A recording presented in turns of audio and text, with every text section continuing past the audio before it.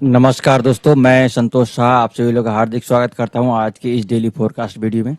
आज की इस वीडियो के माध्यम से हम जानेंगे कि हम गोल्ड को कहां से सेल और बाई कर सकते हैं, कौन कौन सा इंपॉर्टेंट लेवल है, और चार्ट के माध्यम से समझेंगे कि कौन कौन सा इंपॉर्टेंट जोन है जहां से हम गोल्ड को सेल और बाई कर सकते हैं। तो देर नहीं करते हुए सीधे सबसे पहले चलते हैं फॉरेक्स फैक्ट्री की वेबसाइट में।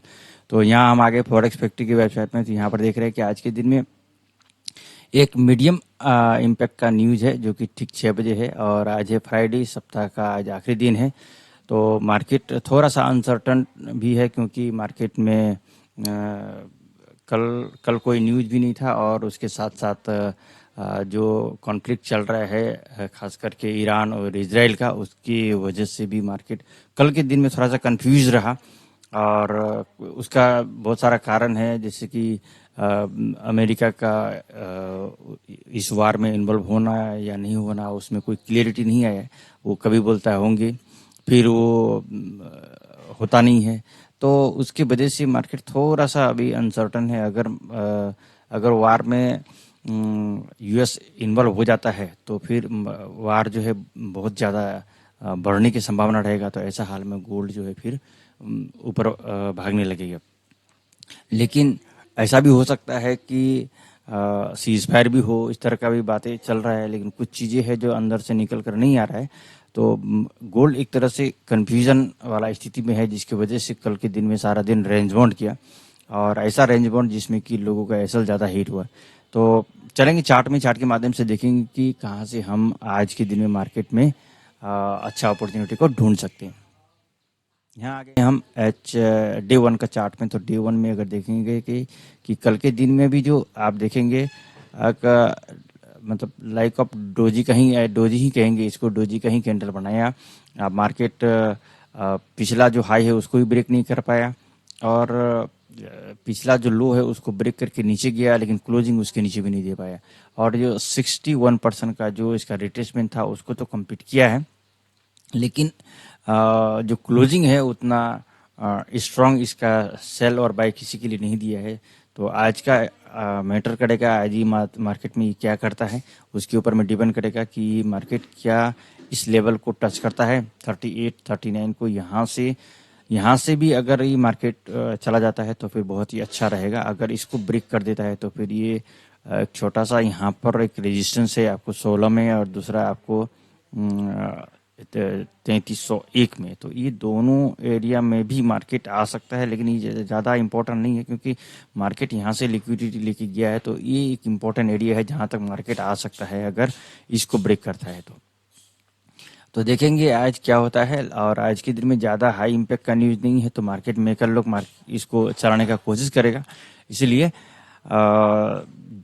सावधानी से थोड़ा सा ध्यान रखना पड़ेगा, और कुछ न्यूज़ के ऊपर में भी नज़र रखना पड़ेगा कि क्या कुछ निकल कर आ रहा है। हम H1 के चार्ट पे चलते हैं तो देख रहे हैं कल का दिन का जो है, मैंने इस प्रकार का डिसेंडिंग चैनल के अंदर में इस प्रकार से मार्केट किया कल के दिन में सारा दिन। तो मुझे, मेरे नज़र से तो मुझे बढ़िया ट्रेडिंग का कोई अपॉर्चुनिटी नहीं नज़र आया, क्योंकि अगर आप पूरा चार्ट में देखेंगे, आपको सपोज आप देखेंगे ये H1 का चार्ट है, यहाँ पर शानदार प्रकार से बुलिश जाने के लिए रेडी हुआ मार्केट गया, लेकिन यहाँ से इस लेवल से फिर मार्केट घूम गया। तो उसी हिसाब से देख, कल हालांकि नहीं गया, ये तो एक दिन पहले का है। तो कल के दिन में तो इसके नीचे नीचे ही रहा मार्केट, 88 इसकी इधर ही रहा कल के दिन में। तो ज़्यादा अपॉर्चुनिटी नहीं दिया मार्केट। इस लेवल से 78 से लेके इसके बीच में मार्केट घुमा, और कोई अच्छा अपॉर्चुनिटी नहीं दिया किसी एक डायरेक्शन में कि मार्केट अगर मूव करे तब तो आप ट्रेड करेंगे। तो छोटा टाइम फ्रेम पे देखेंगे 15 मिनट में कि क्या होता है। 15 मिनट का भी चार्ट में देखिए, आपको कोई ऐसा बढ़िया अपॉर्चुनिटी सिर्फ एक बार मिला और उसको अगर जो ग्रैब किया तब तो ठीक है, नहीं तो फिर ज़्यादा अच्छा अपॉर्चुनिटी का नहीं मिला जहाँ से कि अच्छा ट्रेड करने का मौका मिले। तो आज के दिन में अभी अगर आप बात करेंगे तो इस वक्त मार्केट जहाँ पर है तो ये बाइंग जोन है, यहाँ से बाई कर सकते हैं, और इस एरिया में ऑलरेडी यहाँ पर आ चुका है, लेकिन अभी कंफर्मेशन नहीं है कि यहाँ से बाई हो जाएगा, क्योंकि ये 15 मिनट का जिस प्रकार से मार्केट क्लोजिंग लोअर लो बनाते हुए आ रहा है, तो यहाँ पर कम से कम 1-2 कैंडल का हमें वेट करना चाहिए, उसके बाद जाके यहाँ पर ट्रेड को प्लान करना पड़ेगा। और अगर मार्केट इस एरिया में आता है तो यहाँ से एक बार बाइंग का अपॉर्चुनिटी मिलेगा, क्योंकि इस एरिया में एक बार पिन करके गया है तो हो सकता है कि इस बार इसको ब्रेक करके यहाँ तक आने का कोशिश करेगा। बहुत ज़्यादा वोलेटिलिटी नहीं होने के बावजूद भी और मार्केट में ज़्यादा वॉल्यूम नहीं है, जिसकी वजह से जो है ज़्यादा मार्केट में अच्छा अपॉर्चुनिटी नहीं मिल रहा है। लेकिन जो भी है 10 से $20 का बीच में तो मार्केट मूव कर रहा है, लेकिन मार्केट अभी एक तरह से शांत है। मतलब बोलते नहीं है कि तूफान से पहले खामोशी वाला कहानी है, तो किसी एक दिशा में बहुत ज़बरदस्त ये निकलने वाला है, क्योंकि जैसे ही अगर एक डिसीजन बन जाएगा जो अभी जियोपॉलिटिकल का कि यूएस इसमें एक इन्वॉल्व होगा या तो सीज फायर होगा, तो अगर वो इन्वॉल्व होता है तो ज़बरदस्त प्रकार से मार्केट जो है बूम करेगा। अगर सीज फायर होता है तो ज़बरदस्त प्रकार से मार्केट नीचे क्रैश करेगा। तो दोनों में से कुछ होने का तो संभावना यही 2-4 दिन के अंदर में लग रहा है। देखते हैं क्या होता है। अगर हम यूएस डॉलर के बारे में बात करेंगे तो यूएस डॉलर जो है वो भी कन्फ्यूजन जैसा स्थिति में है, ज़्यादा मूवमेंट नहीं है। जस्ट थोड़ा सा इसका जो आगे का रेजिस्टेंस है वहाँ तक गया और फिर नीचे आ गया, तो इसमें भी ज़्यादा मूवमेंट नहीं मिल रहा है, क्योंकि मूवमेंट होना चाहिए तब जाके आप ट्रेड को कल आप प्लान कर पाएंगे।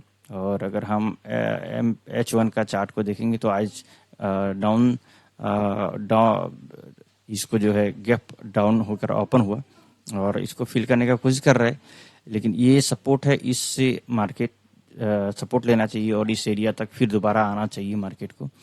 अगर क्योंकि न्यूज़ अगर बढ़िया रहता है गोल्ड के इसके लिए डॉलर के लिए, तो ये इस सपोर्ट को ब्रेक करने से इस लेवल पर आएगा। ये लेवल है, इस लेवल को नोट कर सकते हैं, इसके हिसाब से प्लान कर सकते हैं।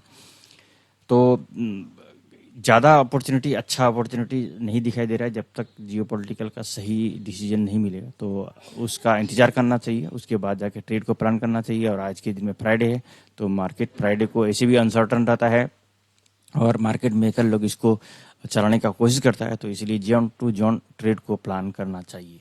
तो जो लेवल है उस लेवल को मैं ऑलरेडी बना दिया हूँ, इसके हिसाब से प्लान कर सकते हैं। ये नीचे का जो लेवल है 21 और 15, ये इम्पोर्टेंट लेवल है। इस जगह तक भी मार्केट आने का चांसेस, अगर इसको ब्रेक करता है तो यहाँ तक आने का चांसेस रहेगा गोल्ड में।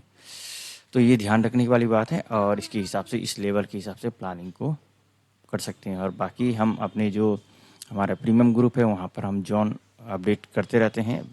अगर आप चाहते हैं तो जोन अपडेशन का इन्फॉर्मेशन और भी इन्फॉर्मेशन, तो आप हमारे प्रीमियम ग्रुप को ज्वाइन कर सकते हैं। उसके लिए आप हमें मैसेज कर सकते हैं।